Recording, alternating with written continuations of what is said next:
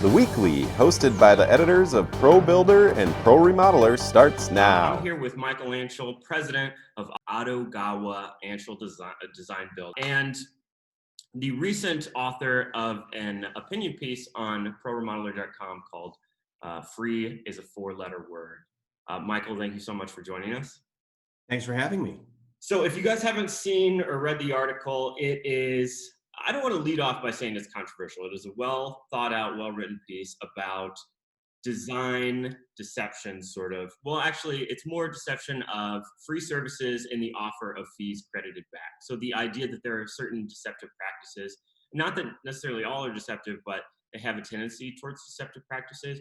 And I just kind of wanted to talk with you, Michael, a little bit about the article. Sort of plays devil's advocate a little bit, ask you to elaborate where you can. Let's do it. So in the early paragraphs of the article, you write, free is the and I particularly like this line because it's poetic and fun. You say, free is the tactic of the bottom feeder who has chased discounts all the way to the bottom. Can you elaborate exactly what you mean by that?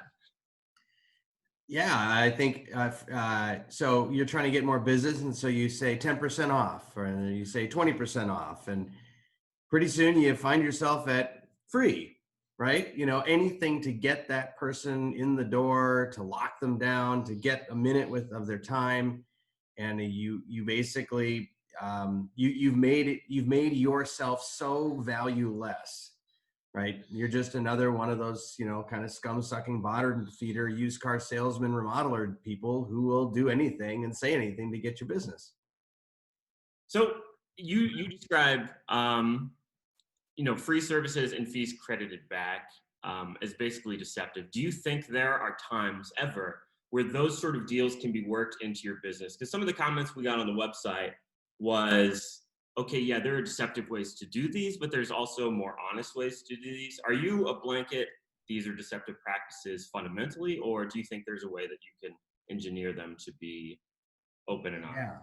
Yeah, it's a really fair question. And I think I've wrestled with this in other areas. Like, when we made the big push towards transparency, a lot of stuff that came up for us as we started down that path, there was some realization about how the clients really view us, where we were afraid of being open was because we didn't necessarily have it all together as well as we thought we did. And so I think that the same thing, as I started to go down this path, there's a lot of gray ground, and you can build arguments and rationalize your way to you can rationalize your way to the current president, right? It's at the end of the day, though, if you were to take a step back and be a non-biased, objective observer, and someone said this or this, and you would look at it and be like, well, that's obviously not okay. And I think that that's kind of where I landed with this, was when we say it's free, but we have it built into our overhead, or we say it's a loss leader, we're still billing for it. We're still, it's somewhere within the estimate of the project is in our overhead line, compensating for this thing that we're supposedly giving away. You can't actually give it away, you'd go out of business, right? Yeah. And I think that fees credited back, to me, in some ways, is even worse than, the free bit. And I'm not talking about, like, people say free estimates and, it's a spitball estimate, then you later charge to go back and make better. Yeah. I really was focused in on the idea that they're doing free design, that we take an entire industry's worth of, like, designers and architects and what design means, and we say it has no real value, so little that we'll just do it. Or with fees credited back, what really prompted this, James, was there was a remodeler on Facebook who was bragging about how much how they do this, and how they sell their client, and they get them off the market, and they sell them a $10,000 design package that they then credit back to the project, but that their cost is $1,600 on it. And to me, that's just like, it was so radically deceptive what they were doing. And this was on their public Facebook. So, I mean, this was something even homeowners could go in and see. And this is something you mentioned in the article too. It was in a group, so I don't think homeowners could necessarily see it, but But oh, okay. So it was like an exchange between you guys individually. Okay. I won't press you on like who it is or anything like that.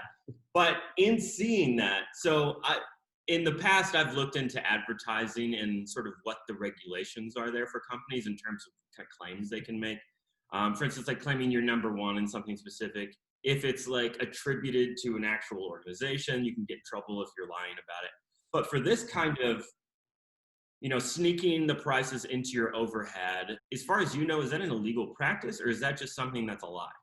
I don't think it's illegal. And I think that there's going to be some folks who will say, yeah, well, his cost is $1,600 and he marked it up, 600%. And so it's $10,000. And to be fair, I think if you have an hourly rate, right, you say we're $170 an hour for design services. I'm not saying my cost is 170. I'm saying that's what I will sell that at that rate. So I don't think that there's anything illegal about saying I'm crediting you the $10,000 value that I sold you as a value.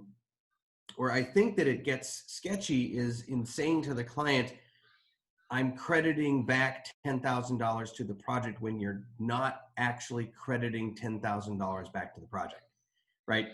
If Yeah. in your estimate, your actual, you got done with your estimate for this project and it was $88,000 and you added, $20,000 of it and then said to the client, hey, I'm going to give you that $10,000 back. You're not giving them the $10,000 back. You're putting it into the thing. You're just not telling them where it is.